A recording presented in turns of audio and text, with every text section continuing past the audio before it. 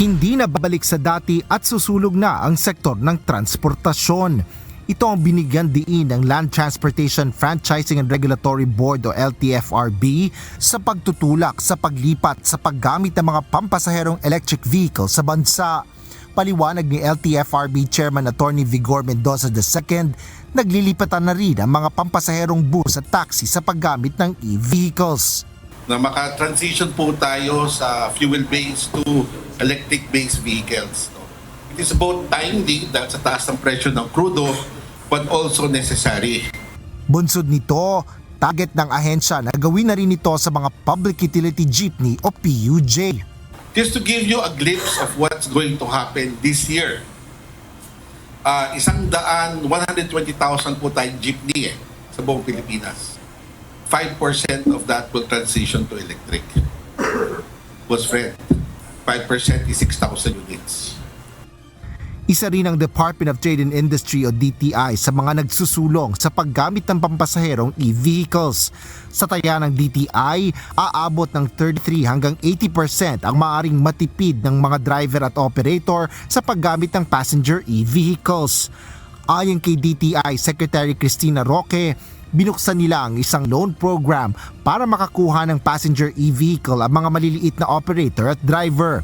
Maaring makautang dito ng hanggang 3 milyong piso para sa bawat unit na maaring bayaran ng 3 hanggang 5 taon depende sa kakayanan ng operator.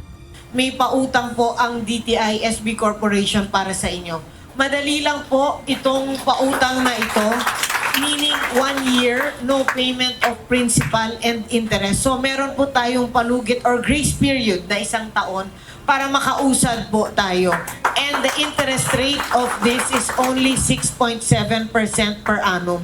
So madali at saka flexible po ito. So for those who want to avail, they can apply online sbcorp.gov.ph or SB Corp Money App. Sinabi rin ng DTI na plano nilang paramihin ang mga charging station sa bansa sa patuloy na paglipat sa paggamit ng e-vehicles.